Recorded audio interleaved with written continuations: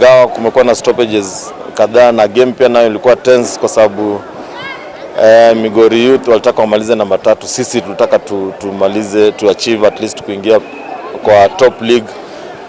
Imekuwa nzuri kwetu kwa sababu tumeshinda na naamini tumeingia kwa top league. Next match hatuta celebrate sana kwa sababu bado tulitaka tuingie kwa ligi na at the same time tushinde kama champions. Game imekuwa poa, si mbaya juu kitu imefanyika hapa sisi wote tulikuwa tunatarajia.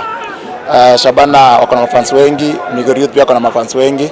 The more mafans walikuja pamoja, tulikuwa tunajua kuna karasati itafanyika na game ingekuwa managewa na referee. Unajua football kama referees take control na kale wachezaji pia ngumu.